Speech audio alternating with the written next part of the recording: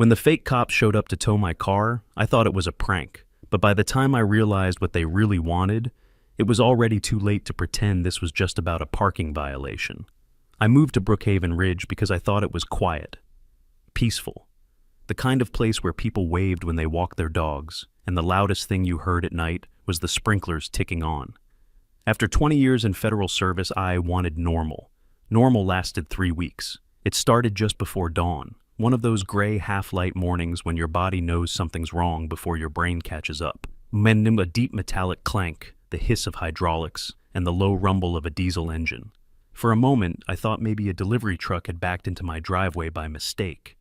Then I saw the red and blue flashers through the blinds. At first, I felt that old reflex kick in, the one you get from years in the bureau. Heart steady, breath shallow, mind alert. But what I saw next made me question if I was still half asleep. 2 figures stood by my government-issued SUV. Both wore dark tactical shirts with the words HOA Police stenciled in bright white across the back. One held a clipboard, the other zip ties.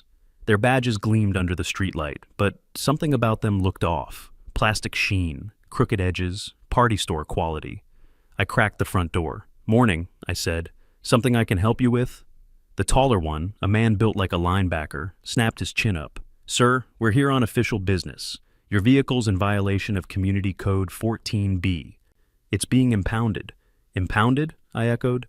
"This is a government vehicle." "That's not our concern," the other one, a woman with sharp eyes, cut in. "All residents have to comply with neighborhood standards." Their tone had that fake cop confidence I'd heard 100 times from wannabe enforcers. I'd worked undercover in biker gangs and militia compounds. I knew how power looked when it was borrowed, not earned. "Then you've got paperwork," I said, reaching out a hand. The woman smiled thinly and passed me a single sheet. It looked like it had been printed off a cheap template. No seal, no signature, no court order, just the words HOA Enforcement Division across the top. I let out a quiet breath. "This isn't legal." The man stepped closer. "Sir, you're interfering with an inspection." "Inspection?" I asked. "You're trying to tow a federal vehicle off private property." That's when I noticed her, Karen Miller, standing on the sidewalk behind them, arms folded, robe perfectly pressed. Every neighborhood had one like her, the self-appointed ruler of cul-de-sacs and lawns. She called out, voice syrup sweet, "Morning, Agent Turner.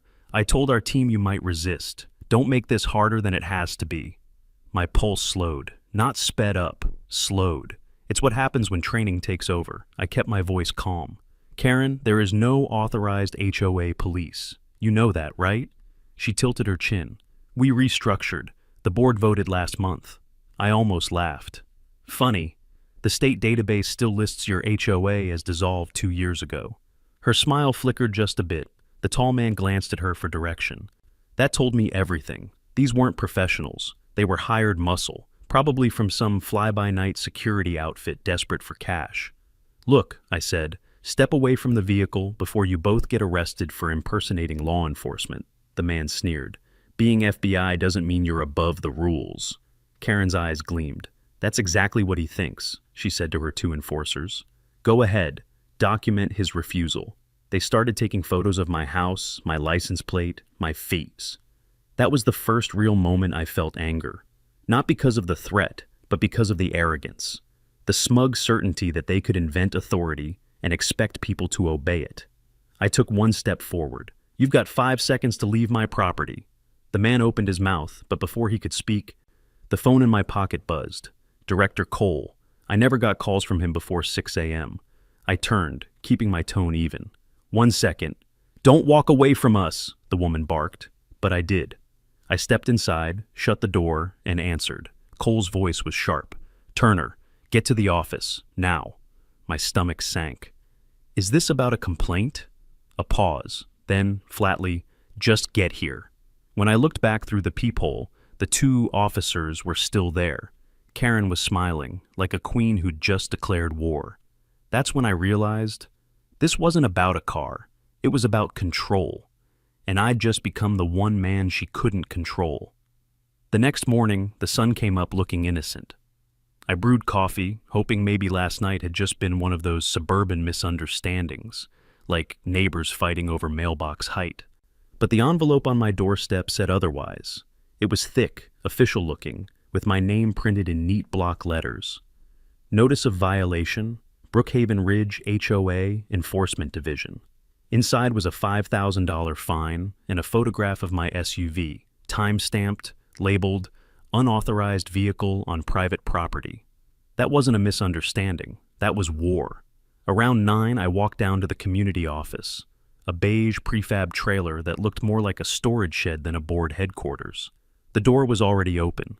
Inside, Karen Miller was waiting behind a folding table stacked with clipboards, bylaws, and a plastic vase of fake tulips. She smiled like she'd been expecting me. "Agent Turner, I hoped you'd come in to clear this up." Her voice had that honeyed edge, polite enough to sound professional, but laced with condescension, the kind that tells you she's already decided you're guilty. "Clear it up?" I said, setting the notice on the table. "You sent fake officers to my house at 2 in the morning. She folded her hands, pretending surprise. "Oh, that. They're community safety officers, not police. A private contractor.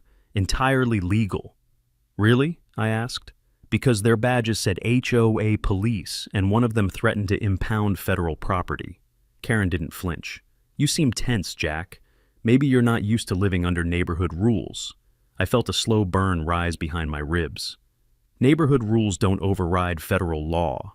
She leaned back in her chair, studying me like I was a project she'd already mastered. "You know, people around here talk. They say you work for the FBI, but nobody's seen any proof. For all we know, you could be embellishing." That line wasn't random. It was a test. She wanted me defensive, reactive, so I smiled instead. "That's one theory," I said. "The other is that your so-called HOA doesn't exist in the state registry." Karen's smile stiffened. "We're in the process of renewal." "Uh-huh." I flipped open my phone and scrolled to the state corporation database. According to this, Brookhaven Ridge Homeowners Association was dissolved 2 years ago for failure to file taxes. You can't enforce anything. For a heartbeat, something sharp crossed her face. Surprise, maybe even panic. But it vanished so quickly I almost doubted I'd seen it. "You seem very interested in our paperwork," she said coolly. "Maybe too interested." I slipped the phone back into my pocket. "That's my job, Karen. Details." She stood, smoothing her blazer, and handed me a brochure with the HOA logo.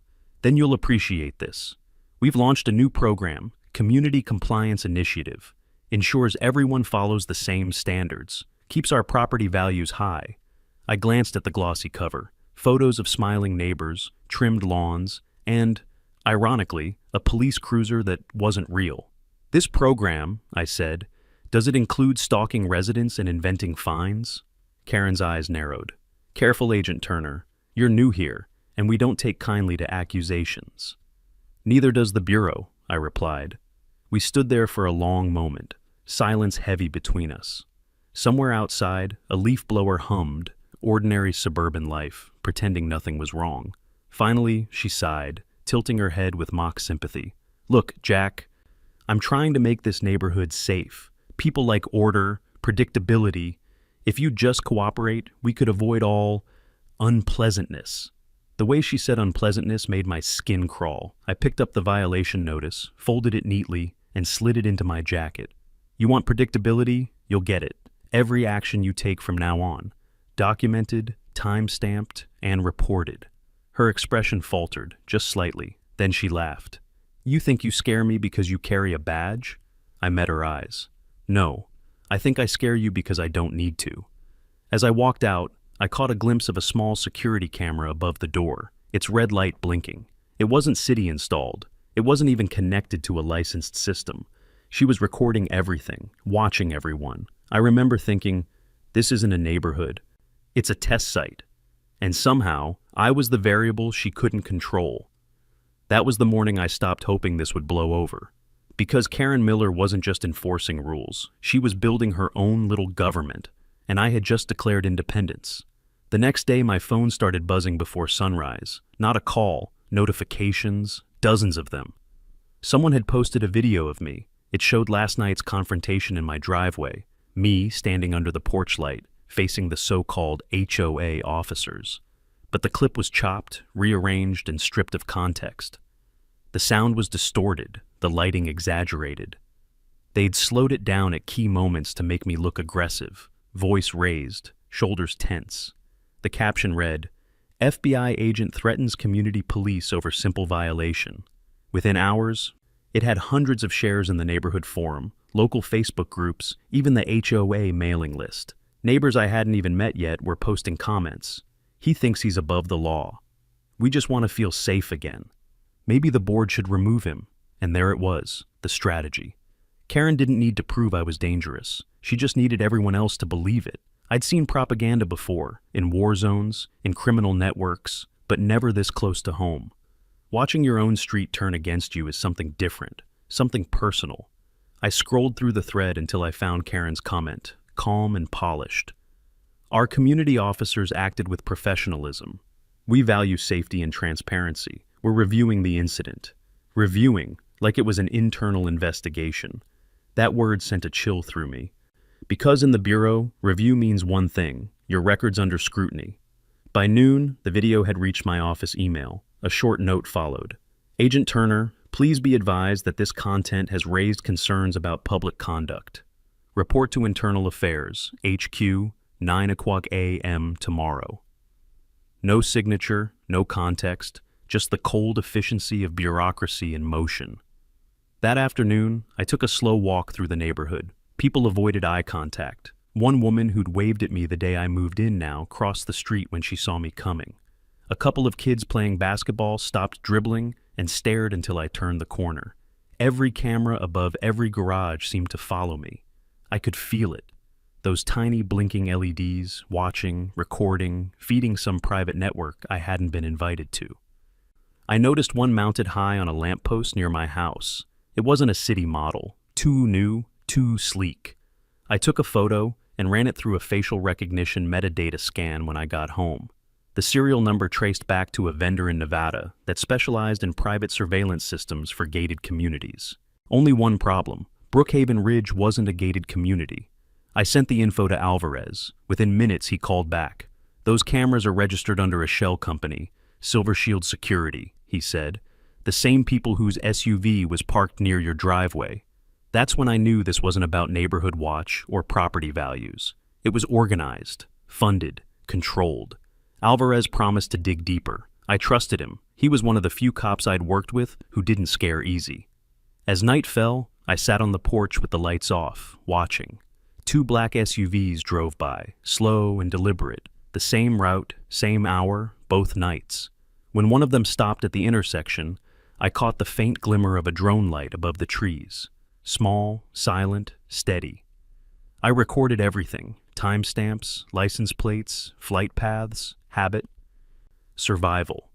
Then, around 10 p.m., my phone buzzed again. Unknown number, text only. "You don't belong here." No emoji, no punctuation, just those 4 words. I stared at the screen, the glow reflecting off my coffee cup, and thought about something my old mentor used to say. The first step to control is isolation. Karen was isolating me, digitally, socially, professionally, piece by piece. And the worst part? It was working. But she'd made one mistake. She thought fear would make me quiet. It never does, not with people like me. That night, I started a new case file on my laptop. Title line: Brookhaven Ridge HOA, Unauthorized Law Enforcement Operations. If Karen wanted a war of records, I'd fight it her way. Only mine would hold up in court. By morning, I'd slept maybe an hour. The house was silent, but my mind wasn't. Every creak in the floorboards felt like another reminder that I'd lost control of my own story. At 8:43 a.m., my phone buzzed. The caller ID read, "Director Cole, FBI HQ." I took a deep breath before answering. "Turner." Cole's voice came through clipped and cold. "Jack, I need you at headquarters, now. Internal Affairs has questions." "Questions about what?" "You'll find out when you get here." The line went dead. I stared at the phone for a long moment, feeling that dull ache in my chest that comes when something sacred starts to crack. When I arrived at the bureau, everything felt wrong. The security guard, who usually greeted me, barely made eye contact. Two analysts stopped whispering when I passed their cubicles. Gossip moves fast in a building full of investigators. Cole's office was on the 7th floor. Sterile, quiet, the kind of place where bad news lives. I knocked once. "Come in," he said. The blinds were half drawn, slicing sunlight across the desk. Cole stood by the window, jacket off, tie loosened. A file sat open in front of him, thick with printed pages. My name was on the tab. He didn't ask me to sit. "We've received multiple complaints from your neighborhood," he began, voice even. "Claims of intimidation, verbal threats, unprofessional conduct, 10 signatures." I forced a breath. "Those statements are false. They're part of a harassment campaign run by a neighbor, Karen Miller." He turned slowly, arms folded. "Karen Miller?" "Yes. She's behind the fake HOA police. She hired a private security company to impersonate officers." Cole's jaw tightened. "We looked into it. The company's registered and licensed." "That's not the same as authorized," I said. "They're enforcing laws that don't exist." He exhaled through his nose, weary. "Jack, I've known you a long time. You're a good agent. But this," he gestured to the file, "this looks bad. Neighbors, local law enforcement, even the HOA board have filed complaints. It's a pattern." I stepped forward. "The HOA board doesn't exist. The association dissolved 2 years ago." Cole's eyes flicked up at me, sharp, searching. "You're saying all these people coordinated a conspiracy against you?" I hated how that sounded out loud.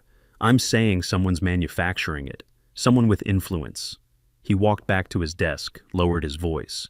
"You're being accused of threatening community officers. There's even video evidence." My pulse jumped. "The edited footage? You've seen it?" He nodded grimly. "Internal Affairs did. They're not convinced it's doctored." "Then they're not looking hard enough." "Jack," he rubbed his temples, "you've been through a lot these past few years. Maybe it's time you took some leave. Clear your head." There it was, the bureaucratic knife wrapped in sympathy. I stared at him. "You think I'm losing it?" He didn't answer, which told me enough. I took a slow breath, lowering my voice. "Sir, I have evidence, documents, names, surveillance footage that prove Karen's orchestrating this. I just need time to compile it." Cole's tone softened, but his eyes didn't. "You'll have 48 hours before Internal Affairs escalates. After that, I can't help you." 48 hours, 2 days to prove I wasn't the villain in my own neighborhood. "Understood," I said quietly. Cole hesitated. "Jack, off the record, keep your head down. Whoever's pulling strings here isn't playing small." I nodded, then left before my temper could follow me out. The elevator ride down felt like free fall. Each floor I passed, another piece of my career peeled away. By the time the doors opened, I wasn't sure if I was walking out as an agent or just another name in a pending review. Outside, the DC air felt heavier than usual. I stood in the parking lot for a moment, staring at my reflection in the car window. I'd spent 2 decades chasing corruption. Foreign, domestic, organized, corporate. But I'd never imagined it could bloom right next door, watered by gossip and fear. When I turned the ignition, my phone buzzed again. Unknown number, text only. "Careful who you talk to at HQ." No name, no reply. I looked around the lot. No one in sight, but the feeling in my gut said otherwise. That night, I opened my laptop and began piecing together everything. Karen's fake HOA paperwork, Alvarez's license plate data, the shell company records, the altered video timestamps. If I couldn't convince my own superiors, I'd have to build a case they couldn't ignore. Because if Karen had managed to reach this high into the Bureau's walls, she wasn't just a neighbor with control issues. She was part of something far bigger, and I was running out of time to prove it. I met Officer Miguel Alvarez 2 years ago on a joint task force. He was local PD, I was Bureau liaison, the kind of cop who didn't need a badge to command a room. Calm, deliberate, impossible to intimidate. When you've seen the same kind of chaos, you recognize the quiet ones who don't flinch. That's why I called him. He picked up on the second ring. "Turner," he said, voice steady. "Heard your name's lighting up the rumor mill." "Then you've heard half the story," I replied. "Which half's true?" "The part where somebody's impersonating law enforcement to shake down my neighborhood." A pause. Then, "You at your house?" "Yeah." "I'll swing by." 20 minutes later, his patrol SUV pulled into my driveway. No lights, no siren, just quiet professionalism. He stepped out, tall, weathered, a calm and human form. He took one look at the cameras mounted on the lamppost. Those yours? Nope. Installed without permit? He frowned. Private surveillance on public easement. That's illegal. I nodded. They're linked to Silver Shield Security, a Nevada-registered shell. Alvarez crossed his arms. Karen Miller's company? Indirectly. She's using them through a front business. The HOA pays the invoices, money from bogus fines. He gave a low whistle. Smart. Funds her own enforcement, hides it behind community maintenance. Exactly, I said. And now they've gone federal, sending doctored evidence to my office. Alvarez rubbed his jaw. That explains the pressure you're getting. Someone wants you tied up in internal review while they run the operation clean. Yeah, I muttered. And I've got 48 hours before HQ decides I'm the problem. He nodded slowly. All right, let's turn the light back on them. We spent the next 2 hours in my kitchen, 2 cups of black coffee and a laptop full of secrets.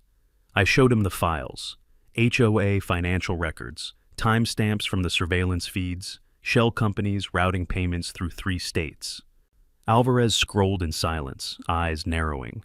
These accounts, look at the routing numbers, he said. Same bank chain used by 2 other fake security outfits I ran into last year. Small towns, homeowner communities, always the same pattern. Intimidation, fines, property seizures. Who's behind them? I asked. He shook his head. Nobody ever caught. Paper trails end in corporate dead zones. I leaned back, exhaling. It's organized, Miguel, not some HOA feud. This is a network. He looked up. Then we build our own. He handed me a flash drive. Encrypted. Plug this in and record everything from your home cams and comm logs. I'll mirror the footage through my department system. Off the books. You sure about that? He smiled faintly. You helped me once when Internal tried to hang me out to dry. Call this even. As the sun went down, he walked the perimeter of my yard, scanning with his flashlight. The beam caught small lenses glinting under the eaves, hidden cameras. He muttered, Damn, they're everywhere. Welcome to suburban warfare, I said. He chuckled softly. You always did pick quiet places to retire. When he left, the street felt emptier than before, but a strange comfort settled in my chest. Finally, I wasn't alone. Around midnight, he texted me a photo, a Silver Shield invoice he'd pulled from county records. The billing address wasn't Nevada, it was D.C., a suite number in the same building as the Bureau's Facilities Oversight Office. I stared at the image for a long time. It didn't make sense, unless someone in the system was protecting them. That thought hit harder than any threat Karen could make. I closed the laptop, poured one last cup of cold coffee, and watched the empty street through the blinds. For the first time in weeks, I had an ally. But it also meant one thing. If they knew I had help, Alvarez would become their next target. I whispered to myself, hang in there, Miguel, because in my world, allies don't stay safe for long. It was close to midnight when the knock came. 3 short raps, hesitant. I almost didn't answer. These days, opening the door after dark felt like flipping a coin. But then I heard her voice, small, trembling. Jack, it's Tamara, please. I didn't know where else to go. I unlocked the deadbolt and opened the door. Tamara stood there, clutching a manila folder against her chest. Her eyes were red, hair pulled into a messy bun, slippers soaked from the dew on the lawn. She looked like someone who'd run out of safe places. Come in, I said gently. She stepped inside and glanced around like she expected cameras even in my living room. Maybe she wasn't wrong. I poured her a glass of water. What happened? She handed me the folder. They came to my house tonight. Said I was in violation for having guests after 9 p.m. Guests? My sister came over to help with the kids' homework, she whispered. They said her car wasn't registered with the HOA and they issued me a fine, $500. I opened the folder. Inside were photos, grainy night shots of her driveway, her front door, her children's bicycles on the porch. The timestamp matched the hour she'd texted me earlier. They're watching us, Jack. Every night. Her voice cracked on the last word. I felt that familiar anger simmer low, the kind that comes when fear turns to exhaustion. Who delivered this? I asked. She hesitated. Two men, dressed like before, the same uniforms. One of them said, "You don't want to end up like the others." The others? She nodded quickly. The Harrisons. You remember them? They moved out last month. People said it was sudden, but I heard they got 3 fines in 1 week. Then their tires were slashed. The husband got fired 2 days later. He said Karen called his employer. I clenched my jaw. Defamation, extortion, intimidation, all under a fake HOA. Tamara looked at me like she wanted to believe someone could stop it. Can you do something? You're FBI. You can make this end, right? I wanted to say yes. I really did. But the truth was harder. I'm working on it, I said quietly. But you need to stay calm. Keep everything, letters, fines, photos, receipts. Don't confront them. She nodded, trembling. They already know I talked to you. When I left my house, someone was parked at the corner with the engine running. I moved to the window and peeked through the blinds. A dark sedan sat half a block away, idling under the streetlight. No markings, no plates. They're not subtle, I murmured. Tamara wrapped her arms around herself. They want to make examples of us. They're overplaying their hand, I said. Once they cross into threat territory, I can act. But will anyone listen? I turned back to her. They will, eventually. That wasn't a promise, it was a vow. She stayed a while longer, mostly silent, sipping water while I documented her evidence. I could see the weight on her shoulders, single mother, 2 kids, working night shifts just to pay mortgage. People like Karen preyed on that. Fear was her currency. Before Tamara left, she paused at the door. You think she'll stop? I met her eyes. No, but I think she's scared too. Of what? Of losing control. She gave a weak smile. Then maybe she already has. After she drove off, I stood in the doorway a long time. The street was still, but not peaceful. It was that kind of silence that comes after something breaks, but before anyone admits it. I walked back inside, sat down at the table, and added Tamara's folder to my case file. Another victim, another witness, another crack in Karen's empire. Then I noticed something new. An envelope slid under my front door. No stamp, no markings, just a single sheet inside, typed in bold. You're turning people against us. Stop before someone gets hurt. No signature, no mistake. I folded the note, placed it in a plastic sleeve, and labeled it Exhibit 17, Threat Communication. If they wanted to play intimidation, they picked the wrong man. That night, I didn't sleep. I watched the monitors until dawn. And for the first time, I realized this wasn't just about my career or my reputation. It was about every person like Tamara. Good, quiet people who just wanted peace. And I'd be damned if I let fear take that from them. By the next morning, I'd uploaded every file Tamara gave me into a secure drive, off the Bureau's grid, mirrored to a ghost server Alvarez set up years ago. That's when the pattern started to take shape.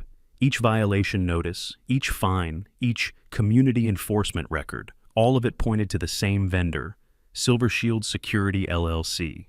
The payments funneled through identical invoice templates, but with different shell names: Greenpoint, Safe Haven, Blue Line Management, all registered to P.O. boxes in Nevada, Florida, and Virginia. It wasn't a local scam anymore. It was a web. I called Alvarez. You sitting down? Always am when the news is bad. I think Silver Shield's running copycat HOAs across 3 states, all with identical safety divisions, all extorting residents under false authority. He whistled low. That's organized racketeering. You're talking federal territory. I know, I said, but I can't open a file while Internal Affairs has me flagged. You'll need to move first. All right, he said. Let's meet off-grid. We chose a diner 30 miles south, the kind that still had paper menus and coffee that tasted like it remembered the 80s. Alvarez sat in the corner booth, facing the door. Always facing the door.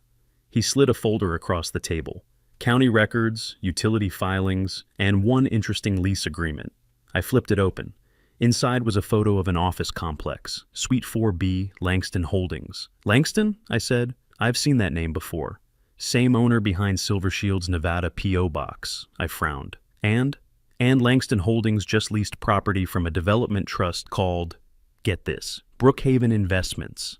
The name hit like static in my head. Brookhaven, as in my neighborhood. He nodded. Karen Miller's listed as a trustee. The waitress poured coffee without asking. Alvarez waited until she left before continuing. Your HOA's not a front. It's the prototype. Karen's running the pilot for a national model.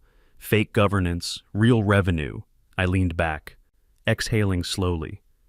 She's not just power hungry. She's being paid to be. We sat in silence a moment, letting the noise of the diner fill the gaps.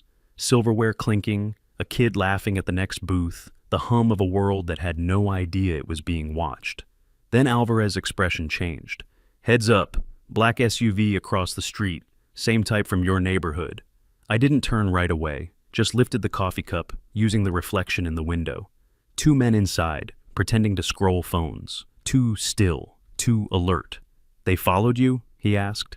Maybe, or maybe you. He smiled without humor. Guess we're both popular these days. We finished our coffee like nothing was wrong, paid in cash, and walked out opposite doors. I circled around the block and caught a glimpse of the SUV creeping along the curb. When it turned toward Alvarez's side, I crossed behind it, memorizing the plate. Except there wasn't one, just a blank frame. I pulled out my phone, snapped a photo, and texted it to him. No plate, north lot, 2 targets. 5 minutes later, I heard the low growl of an engine revving. Alvarez's cruiser cut across the lot, lights off, blocking the SUV's exit. The driver panicked, hit reverse, clipped a trash bin, and tore down the back alley. Alvarez jumped out, weapon drawn. Police! Stop the vehicle! It didn't stop. He fired once, just a tire shot, controlled. The SUV fishtailed, hit a lamppost, and stalled. We approached fast. The passenger door swung open, and a man in a tactical vest bolted. I caught him halfway across the lot, tackled him hard onto the pavement. He went down swinging, shouting, "You don't understand. It's bigger than her." Alvarez cuffed him. We'll find out how big soon enough. Inside the SUV we found burner phones, printed HOA directories, and a tablet logged into an encrypted dashboard titled Silver Shield Operations, Zone 3. Alvarez whistled low. Zone 3, meaning there's a 1 and 2, I nodded grimly. And maybe 4. We took photos, pulled the data card, and left before local backup could arrive. Later that night, I sat at my desk, replaying the suspect's words in my mind. It's bigger than her. I opened the tablet's extracted files. There it was. A list of over 40 community partnerships across 6 states. HOA names, addresses, even liaisons. And under Liaison 3B, Brookhaven Ridge, one name stood out. Karen Miller, but right below it, another, Cole Harrison. I froze. That was my director's full name. For a long time, I just stared at the screen, the cursor blinking like a heartbeat. Karen hadn't just gotten inside the bureau, she'd started there. By dawn, the data from the tablet was fully decrypted. Names, dates, payments, and one headline that burned into my screen. Federal Oversight Liaison, Director C.S. Harrison. Cole, my director, the same man who told me to keep my head down. I stared at it for a long time, waiting for some other explanation. Clerical error, mistaken identity, shared name, anything that made sense. But in my gut, I already knew. I'd seen that kind of quiet complicity before, in field ops gone sideways, when good men started turning bad because paperwork was easier than conscience.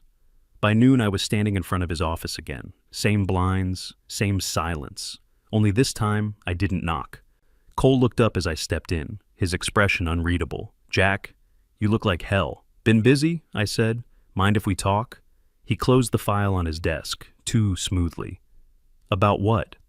"About Brookhaven Ridge, about Karen Miller, about the Silver Shield network you've been funding." His hand froze mid-motion, just for a second. Then he gave a small, humorless smile. "You've been digging where you shouldn't. Someone had to," I said. "You knew this was happening. You let her run it." He leaned back in his chair, studying me. "You ever wonder, Jack, why the Bureau doesn't get involved in neighborhood disputes? Because it's a waste of federal resources." "This isn't a dispute," I snapped. "It's organized racketeering, using fake police to extort citizens." He sighed, almost fatherly. "You always had a talent for seeing patterns that weren't there." "I've got evidence, Cole." He smiled again. But there was nothing kind about it this time. "Then you'd better hope your evidence survives the audit coming tomorrow." My pulse slowed. You're shutting me down. No, he said softly. I'm protecting the Bureau from an agent who's lost perspective. I took a step closer. Don't do this. He stood too, voice low and controlled. You don't understand how this works anymore, Jack. The Bureau runs on perception. Karen's people help maintain it. Neighborhood order, civilian cooperation, local control. It's what Washington wants. You think we fund community policing programs for fun? So, you're telling me this whole thing, fake HOA police, surveillance, intimidation, it's sanctioned? He didn't answer directly, just said, sometimes it's easier to manage the public when they police themselves. I stared at him, feeling the floor tilt under me. You've crossed the line. No, he said calmly. I erased it. I don't remember leaving the office. One minute I was standing there, the next I was outside in the parking lot, breathing hard, fists clenched. Every instinct screamed to expose him, but that would take time, proof, strategy, and right now he controlled both. My phone buzzed again. Alvarez. You okay? He asked. Define okay. He didn't press. You were right. Silver Shield's shell accounts lead back to DC oversight budgets. Small-scale civic security grants. Somebody's laundering taxpayer money through neighborhood enforcement projects. That somebody is my boss, I said quietly. The line went silent for a long beat. Then Alvarez said, You sure you want to keep going with this? If he's in it, they'll bury you before you hit send.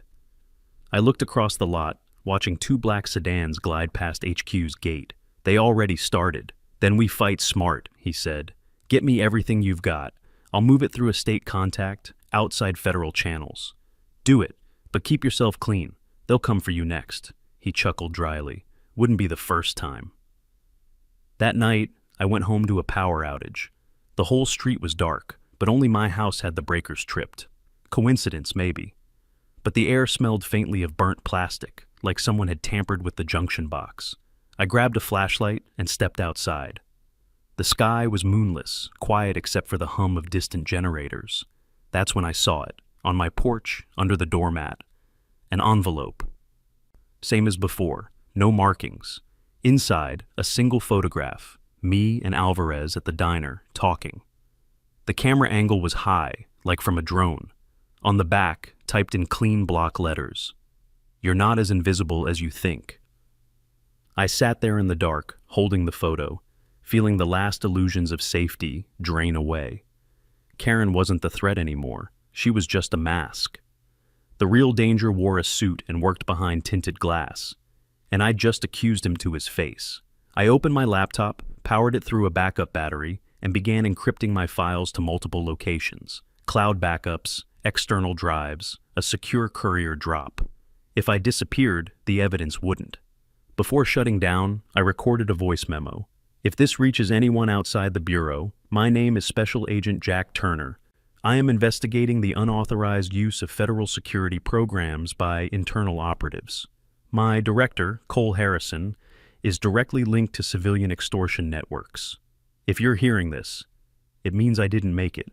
I saved it, encrypted it, and hid the drive behind the breaker panel. Then I sat back, staring at the dark window. Somewhere out there, Karen Miller was still pulling strings, but now I knew whose hand held them. And for the first time in my life, I didn't know who the enemy really was, the criminal outside my house, or the one who signed my paychecks.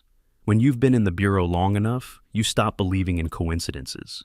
People say wrong place, wrong time, but in my world, those are coordinates. Someone puts you there, someone plans it. By the next morning, Alvarez and I had a plan. Simple. Dangerous, clean.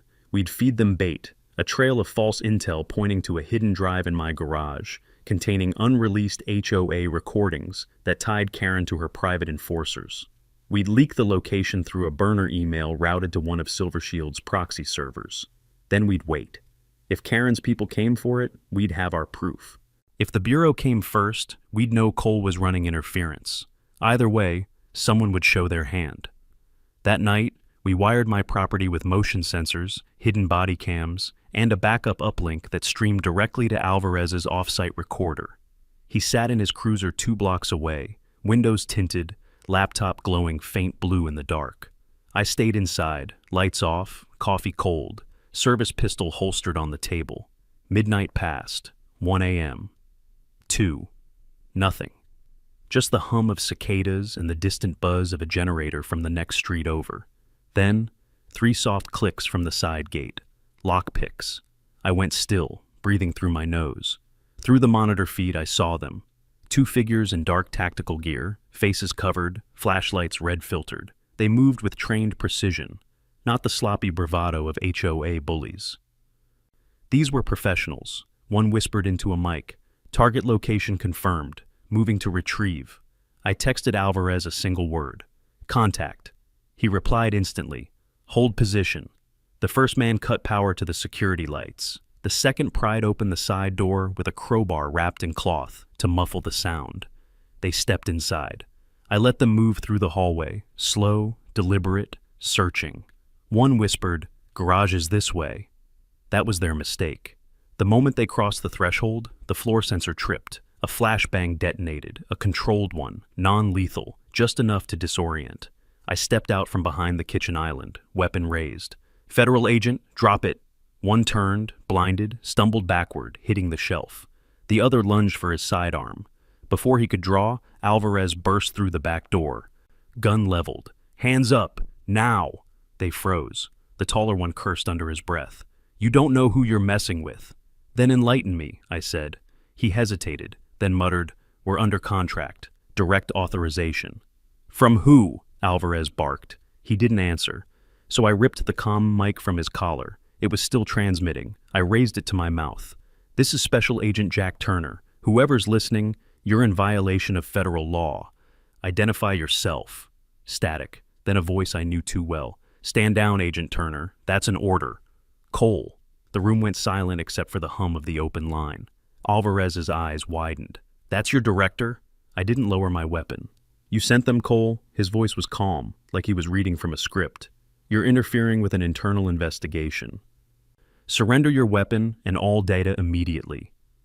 "You mean the data that proves your little partnership with Silver Shield?" Static again. Then, "You've gone too far, Jack. Walk away." I stared at the mic, heart steady. "I can't. Not anymore." Then the line went dead. We cuffed both operatives and secured the scene. Alvarez photographed everything: their gear, fake warrants, encrypted phones. On one of the men's forearms was a tattoo, a silver shield over a snake. He caught me looking and said quietly, "You think this ends with her? You're wrong." We loaded them into the cruiser and drove to an abandoned storage yard Alvarez used for evidence holding. No paper trail. He turned off the engine. "You realize this just made us fugitives in our own departments." "Yeah," I said. "Feels like home." He cracked a dry smile. "What now?" "Now we finish it." We spent the next 4 hours decrypting one of the operatives' phones. Inside, a text thread with contact initials.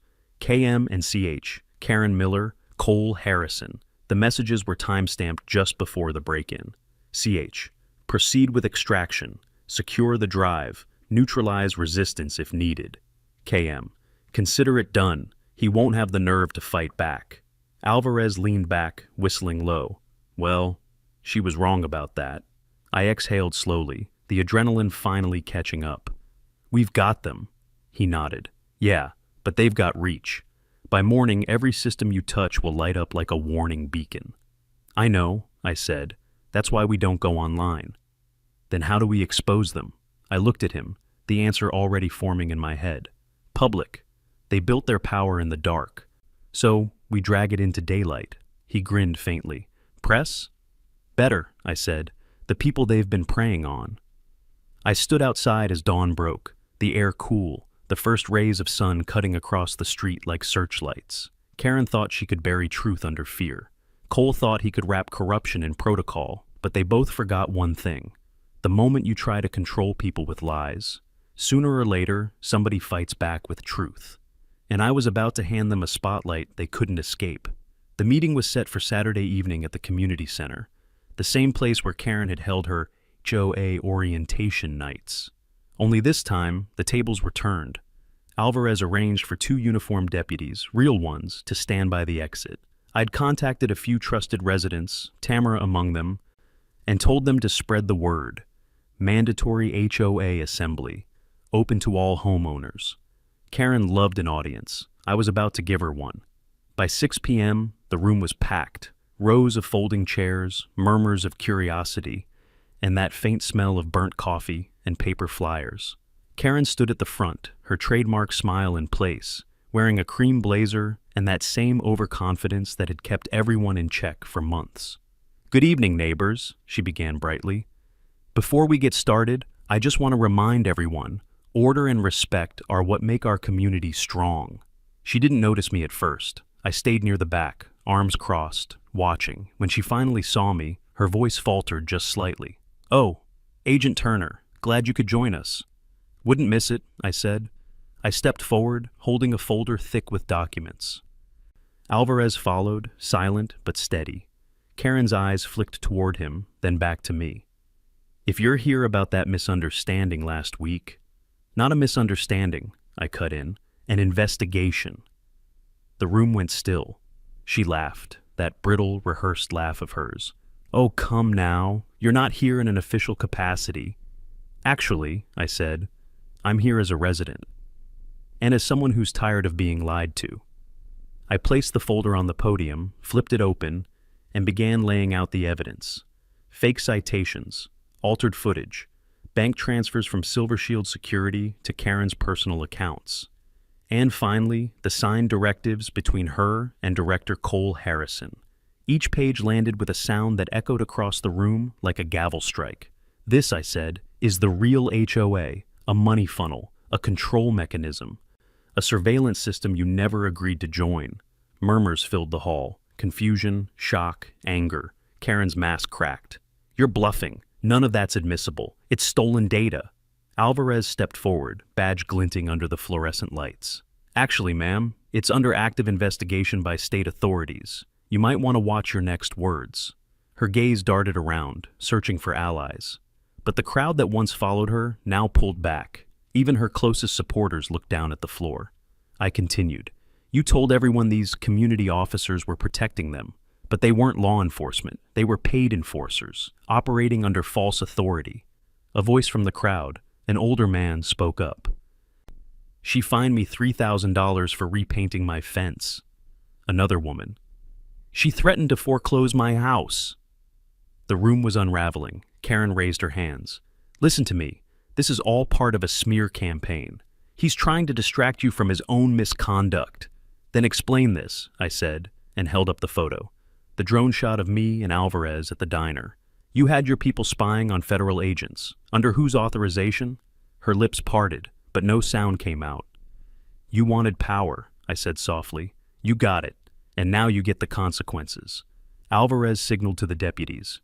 "Ms. Miller, you're under arrest for impersonating law enforcement, wire fraud, and conspiracy to defraud the public." For the first time, Karen's composure shattered. "You think this ends with me?" she hissed. "You don't know what you've started." "Maybe not," I said, "but I know where it ends, for you." The deputies moved in, cuffed her hands, and led her toward the exit. Cameras flashed, neighbors recording, documenting, reclaiming their own truth. As she passed me, Karen turned one last time. Her voice dropped to a whisper. "He'll come for you next." "Let him," I said.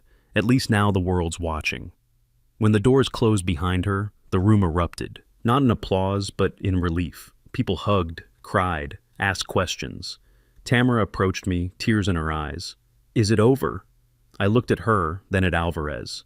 "Not yet, but for the first time it's in daylight." He nodded. "Sunlight's the best disinfectant."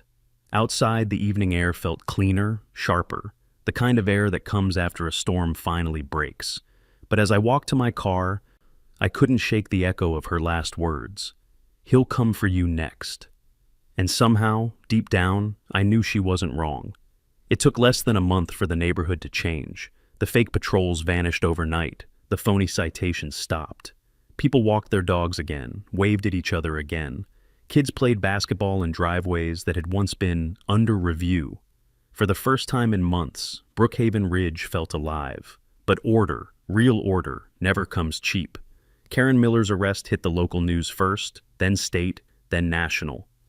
Neighborhood Queenpin charged an HOA police fraud scheme. The story ran for days. Her mugshot, no makeup, no smile, became a symbol of suburban corruption. Behind the headlines, though, something quieter happened. A memo leaked from the Bureau, an internal audit. A line item about unapproved civilian oversight programs. And at the bottom of that memo, one name had been redacted, but I didn't need to read it to know whose it was. Director Cole Harrison. He resigned the same week Karen was indicted. Personal reasons, the press release said. No charges filed, no follow-up questions. The Bureau moved on, like it always does. One Friday morning, my boss called me in. He looked different, lighter, somehow. Internal Affairs cleared your record, he said, sliding a file across the desk. No disciplinary marks, you're back on full duty. I nodded slowly. Appreciate it. He leaned back. They also wanted me to tell you, off the record, you were right. About her. About all of it. Doesn't feel like winning, I said. He smiled faintly. It never does. We shook hands, and for the first time in months, I felt the weight lift. Just a little, but deep down, a small voice whispered, not yet. That weekend, I drove through the neighborhood again. The lawns looked green, the mailboxes freshly painted, the air peaceful. Yet every now and then, I'd catch a glance. Someone watching from a window, curtains shifting. Fear doesn't fade that fast. Tamara was out front trimming her roses. She smiled when she saw me. Looks like the world's back to normal, she said. Yeah, I answered. Or close enough. She hesitated. They said Karen's making a deal. Cooperation for leniency. I nodded. I heard. She's naming names. Tamara frowned. You think she'll drag more people down? Maybe, I said quietly. Maybe that's what scares them. That night, I sat at my kitchen table, a single lamp casting long shadows across the walls. On the table lay the last piece of evidence from the Silver Shield files, a list of funding accounts. Most had been frozen, one hadn't. Account holder, CH. Community Renewal Initiative. The same initials, the same pattern, different name. They'd simply changed the label, shifted the money, and started over somewhere else. I leaned back, exhaling slowly. Order restored, I muttered to myself. At least for now. My phone buzzed with a message from Alvarez. Got a lead. Out of state. Same tactics, new names. You in? I stared at the screen for a long moment. Then I typed back, always. As I shut off the lamp, the neighborhood outside was quiet again. Peaceful, ordinary, just like it had been the day I first moved in. But I knew better now. Beneath every perfect suburb, there's always something rotting under the grass. All it takes is one person like Karen, or one man like Cole, to bring it crawling to the surface. I holstered my badge, checked the lock on the door, and whispered into the dark, let's see how deep this goes. 3 months later, the leaves turned amber, the air sharper. Brookhaven Ridge had settled into its new rhythm. Yard sales, bake-offs, the faint hum of normal life. But I'd learned that normalcy is a fragile disguise. Scratch the surface, and the cracks start whispering. The Bureau reassigned me to a joint federal-state task force. White-collar crimes, municipal corruption, the kind of slow-burning cases most agents avoided. It suited me fine. There's something comforting about hunting ghosts when you've already been haunted. One morning, Alvarez called. Got something strange, he said. Different county, same pattern. Fake HOA, phony cops, same shell fund names, just tweaked. Location? I asked. Riverview Estates, 2 hours south. I almost laughed. Of course it's got a nice name, he sighed. Meet me there this weekend. Bring that paranoia of yours. Might need it. Friday night. I packed light, just a duffel, my badge, and a copy of Karen's old records. Before I left, I stood by the window, watching my quiet street glow under the porch lights. For once, no patrols, no threats, no false citations, just silence. Still, something tugged at me, an instinct I couldn't name. I glanced toward the curb. Across the street, under the oak tree, sat a car I didn't recognize. Dark, older model, lights off. At first, I thought it was a neighbor's visitor. Then I noticed the faint glint of a lens behind the windshield, a camera. I stepped outside slowly, pretending to check my mailbox. The car didn't move. When I turned back toward the house, my phone buzzed. A text from an unknown number. Nice neighborhood. Hope it stays that way. No signature, no context. I looked up again. The car was gone, just like that. The next day, Alvarez and I met in a diner off I-87, the kind of place where the coffee never stops pouring, and the locals never stop watching. He slid a file across the table. You were right. Funding lines match the old Silver Shield network. Different directors, but same playbook. I flipped through the pages. HOA letters, forged permits, extortion trails, familiar ghosts with new names. He leaned closer. You think Cole's behind it again? Not directly, I said. Men like him don't vanish. They replicate. Someone else picked up the torch. Alvarez nodded grimly. Then it's the same game, different board. Exactly, I said. And this time, we start before it spreads. He smirked. You always did like fighting uphill. Best views at the top, I said, finishing my coffee. As I drove home that night, the highway stretched empty under a full moon. The radio crackled with distant static, like whispers half heard. When I pulled into my driveway, something waited on the porch. A small square package wrapped in brown paper. No return address. I tore it open carefully. Inside was a single USB drive. The label read, "For Agent Turner, from a friend." I plugged it into my encrypted laptop, isolating it from the network. One file, a video, grainy drone footage, time-stamped just 2 days earlier. It showed me, leaving the bureau, walking to my car, looking over my shoulder. The camera zoomed in, followed me down the street, then froze on my front door. A final message appeared across the screen in clean white letters. You stopped one network. You didn't stop us. The feed cut out. I sat there in silence, heart steady, the faint hum of the laptop filling the room. Then I smiled, small, tired, unafraid. Let's begin again, I whispered, and I hit record.